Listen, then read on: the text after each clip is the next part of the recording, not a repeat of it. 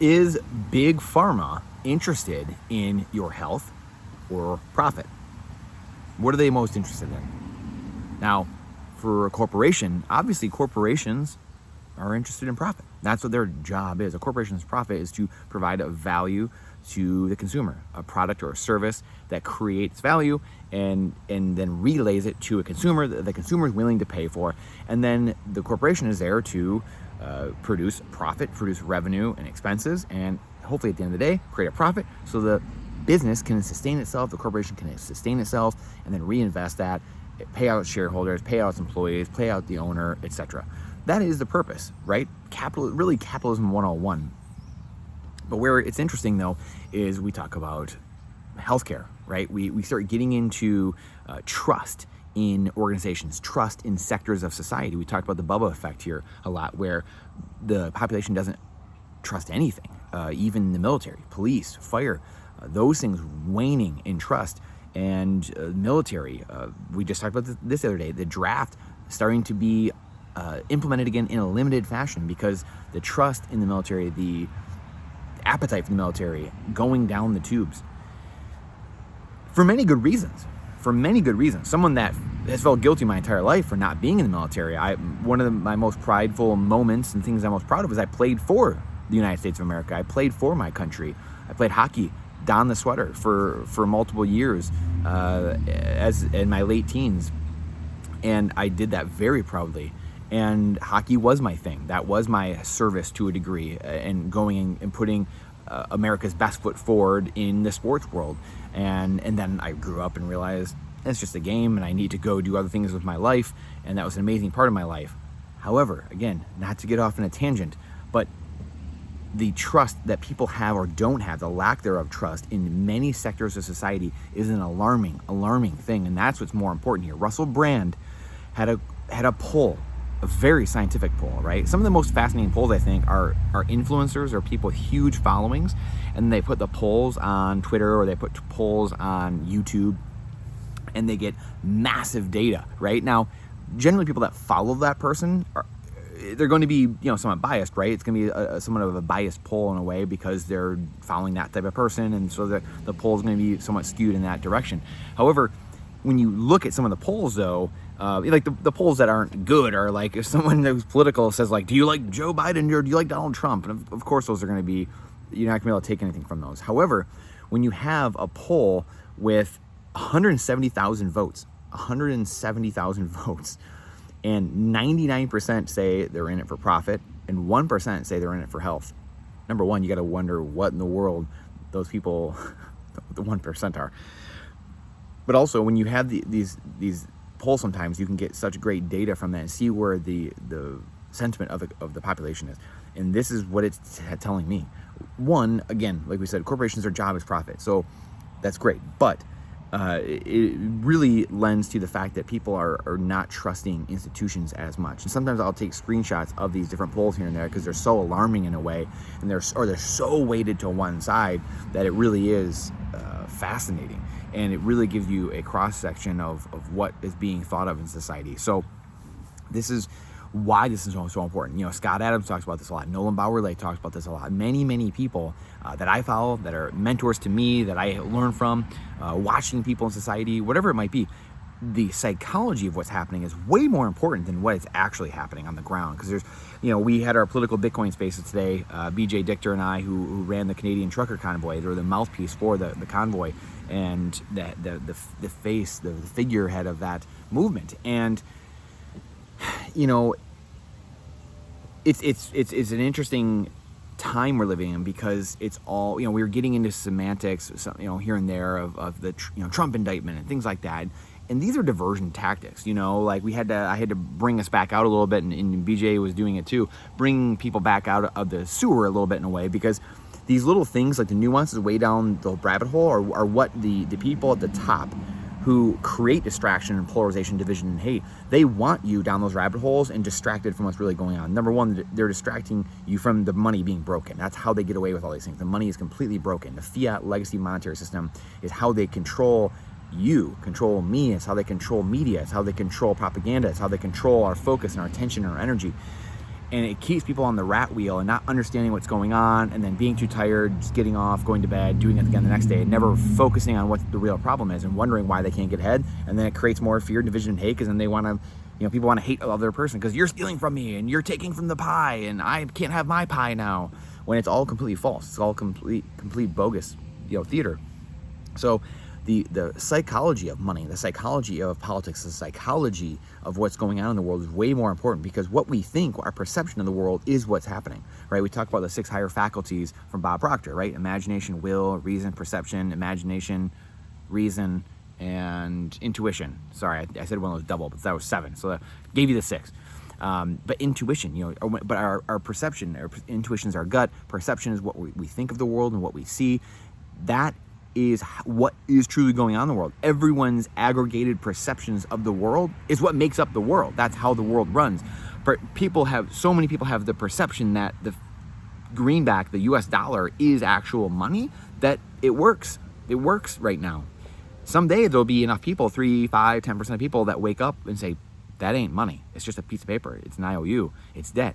And then, gone. Doesn't matter how many aircraft carriers, doesn't matter how much oil's backing it, doesn't matter, because it's not actually backing it. Your enslavement is backing it. Your bondage, your bonds, the social security number you have tagged on the back of your neck that tells you owe $253,000 of debt per citizen. That's what the social security number is for. Social security system itself, Cameron McGregor talking about this earlier today. This whole system needing to be completely revamped. These systems have been around for almost 100 years and completely antiquated. Really shouldn't have been around in the first place, quite honestly. And again, it's neither here nor there. It is. So what are we doing about it? That's where Bitcoin comes in. That's where Jeff Booth says you can't fix the current reality from the current system. You have to build a new system. You can't jerry-rig this back in and duct tape it back together. It's impossible. Capitalism's still here. We just aren't using it. We're using cronyism, creditism. We're using these different worlds that are nothing close to capitalism. We want a volunteerism society, a libertarianism society, a federal republic, a capitalism society. We want these worlds where people are free to live how they want and choose what they want to do and volunteer themselves and their time, their energy. We have nothing like that right now. We are forced into these worlds and forced into enslavement, forced into bondage, buying bonds, our government buying bonds, the Fed buying bonds, and guaranteeing our enslavement, guaranteeing the future taxation of ourselves and our posterity. How does government pay that back? Someone say, what do you mean, Brandon? Well, how does the government pay that back? You give them cash, they give you a bond.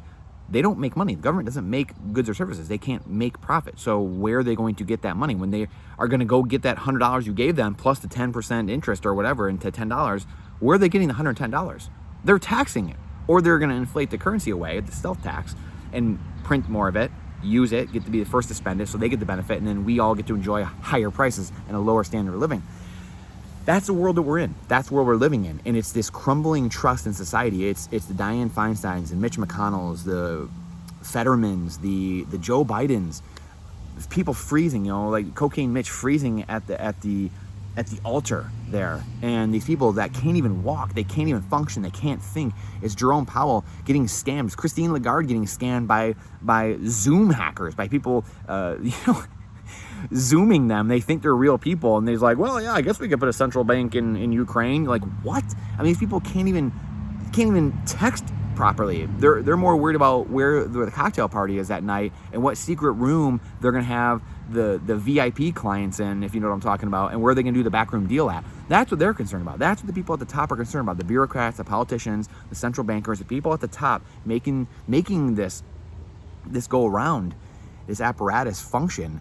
The people at the very top, the committee of 300 people, the people at the very, very top that are controlling the politicians and the media, that's the world that we're in. And it all comes back to the money. You lose God, so you lose 10 commandments, right? There's the story of the little lady who went to the prisons, and she would go and read Bible verses, and she'd do it over and over again. One day, the prisoner looks to her and says, hey, sister, you know how many laws there are that put me in this place? And she says, yeah. I do. But you know that there's only 10 that will keep you out. And it's when we lose our guiding star, our North Star, when we lose our foundation, when we lose our morality, our ethics, and then we break the money right after that. You're effed. You're effed. What are you going to do? How are you going to function? All governance has to have a moral and just people. As our founding fathers noted, it has to have a moral and just people. Otherwise, we devolve into chaos, regardless if the money's broken or not. And that's where we are. Look at any city. Go to any city in Canada, in America. Go all over the world. Look at the cities. Go in France. People rioting everywhere. There's no-go zones. Places you can't even go. You can't function. There's people lying all over the street. San Francisco, some of the most beautiful cities in the world. You can't walk because there's needles and there's feces. What is going on? What is going on? It's a sad state of affairs where we continue to choose to get on the hamster wheel every day, send our kids to the same government-run schools and be educated with filth and garbage, with nothing, and then saddle ourselves with debt to go to schools that teach us more of nothing, and then go to work for government because it's going to pay off our debt because I was saddled with debt and I'm going to go government might pay it off someday, so I'm going to go bloat the government even more because government's an electrical socket plugged into itself. It doesn't provide any goods or services, so it's not providing value to society, and we just bloat government more and more and more, and it has to feed itself by taxing the productive class, the private citizens. It's a crazy time. And it all goes back to trust. The trust is breaking and ripping apart everywhere.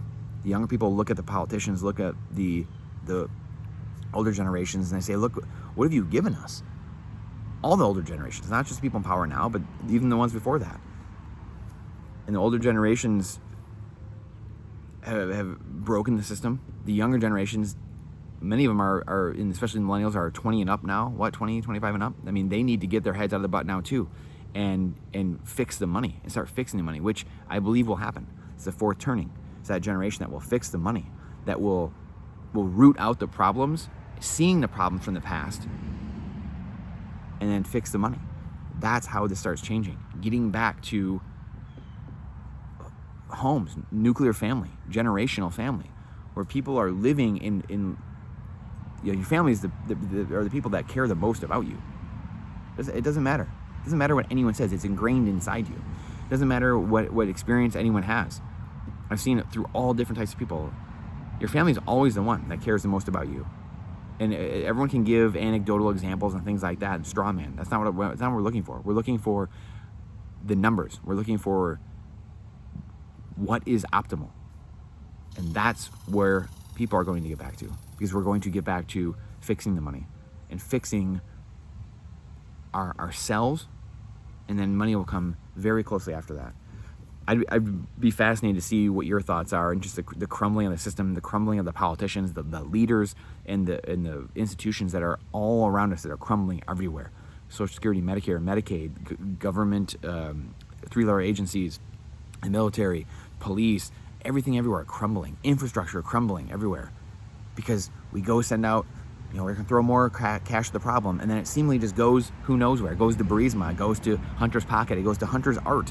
And Hunter is an example. He's a placeholder for what happens all throughout society, the grift and graft. Here in Michigan, we had Kwame Kilpatrick just laundering money, extorting people, laundering cash being stolen from the citizens, the productive class, and put into the unproductive class. And that unproductive class grows bigger and bigger. The Department of Homeland Security, which we've talked about here before, didn't exist 20 years ago. Today, there's 240,000 effing people. What in the world do we need that many people for? 20,000 people a year goes by. What are we doing? Is the world a perfect, safe place now? Is it better than it was 20 years ago? No, it's worse. So what is the Department of Homeland Security doing?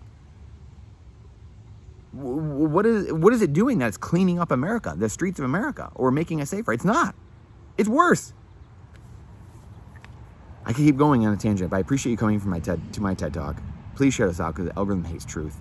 Trust but verify, and question everything with boldness. It's the only thing we can do. It's the only way out of this. Build community, build people around you, get prepared for what's coming, because there is worse to come, but it will be much better after that. This is not Financial Advice, it's Freedom Advice, and I look forward to seeing you on the next one.